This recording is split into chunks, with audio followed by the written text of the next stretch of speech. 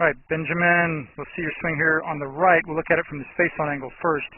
So we'll get you up next to Ernie Els. So he's one of the tour players on TV the last 20 years or so. And I'll show you how your swing is similar to his, Benjamin. Come on in here. And how it might be different in some ways.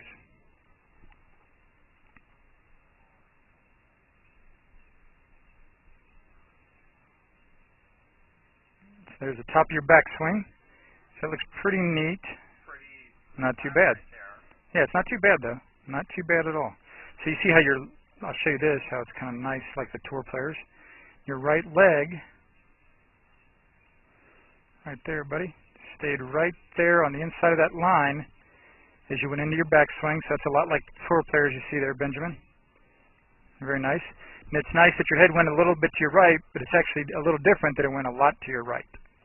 See what I mean? It kind of got out of the circle. But it's nice the way your hands are stopped above and to the right of your head.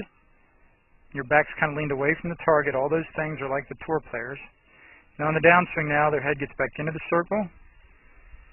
Shifts their weight back onto their left foot.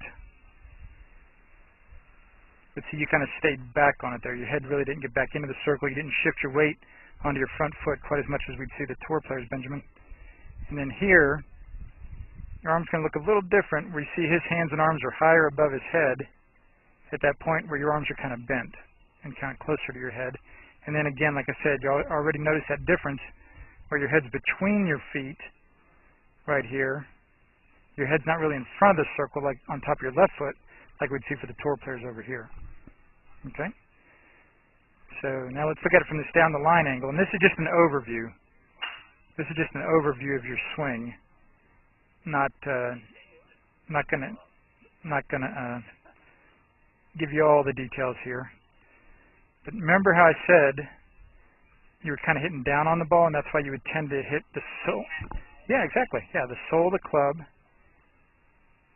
kind of down on top of the ball, and you would hit it toward the heel.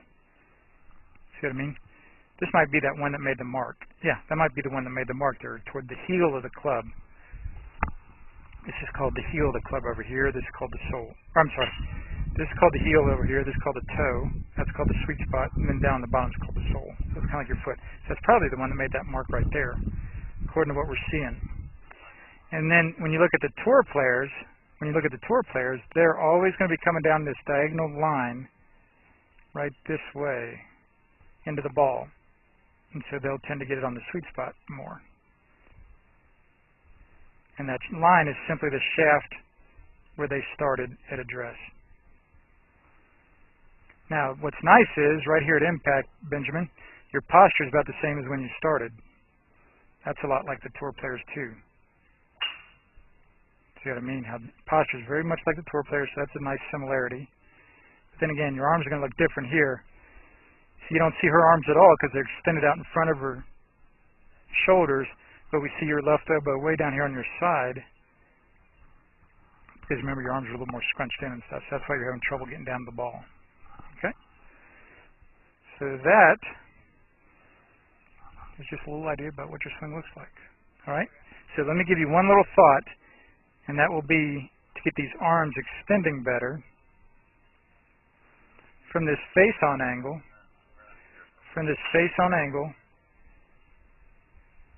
Instead of seeing those arms kind of bent, you'd like to really see them like we saw with Ernie Els or like we see with any tour player through impact.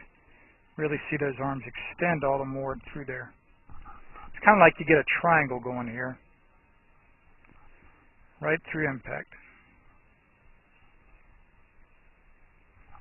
See what I mean? Keep that triangle with your shoulders and your two arms instead of letting it kind of, the sides of the triangle get curved. Okay. Stop. This is Joel Suggs. I sure enjoyed meeting you down at the Cincinnati Golf Show this weekend and showing you your swing on the 2D equipment that I have. And so I want to take about 2 or 3 minutes to just show you around Meadowlinks. This is the studio I use in the winter for all my students. You see there's the down-the-line camera angle for our 2D equipment.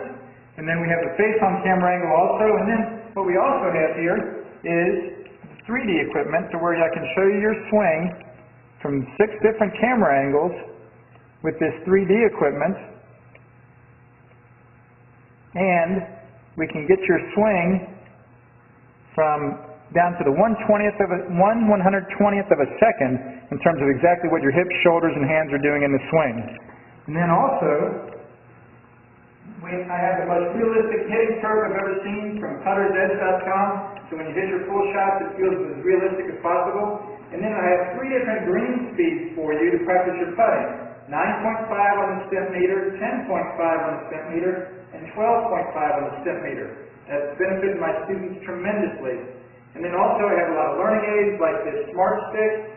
You can see the rest of those learning aids over here in my bag that we can work on to help you learn the certain fields in your golf swing that you and I both want. And then also I help my students a lot with their equipment through the winter. This is a frequency analyzer where we twang your club and it gives us a reading here. And then also we plot your whole set, each club on these lines to see if the set is really matched or not. Quite often they aren't, and it helps my students tremendously when they find out what clubs are the offending clubs. And then if we get tired of being indoors and we want to go outdoors and hit some, we can do that. It's my daughter. Ellie, good to see you. I haven't seen her in weeks.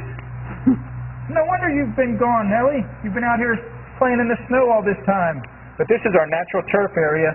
This is closed until April, as you can see. But it's a fantastic area where we can step outside and hit some balls and get some real ball flight.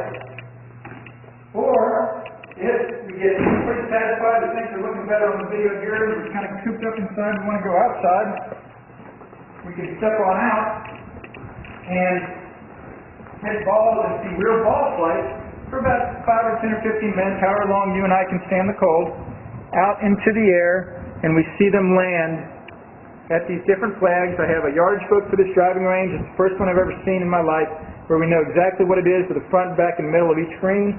And again, the covered area here is heated, so we stay out there for about 5, 10, 15 minutes, like I said. It enables us to see some ball flight, and then we get satisfied that things are looking the way we want, and we come back inside, take off our coat, and look again at the video equipment to see how your swing's looking, to make sure that you understand it. And then notice too, my exercise ball up top here, and then also, so I help my students a lot with their fitness through the winter, and then I will help you also with your sports psychology, with your golf psychology from the golfpsych.com people down in Texas. That's helped my students tremendously a lot over the years too. So again, I sure enjoyed meeting you down at the Cincinnati Golf Show this weekend. I look forward to seeing you again out here this summer at Meadowlinks, or even right now in the winter. I have a lot of people that work on their games with me right through the winter. Check out more information about the things I do to help you at joelsuggs.com. Take care.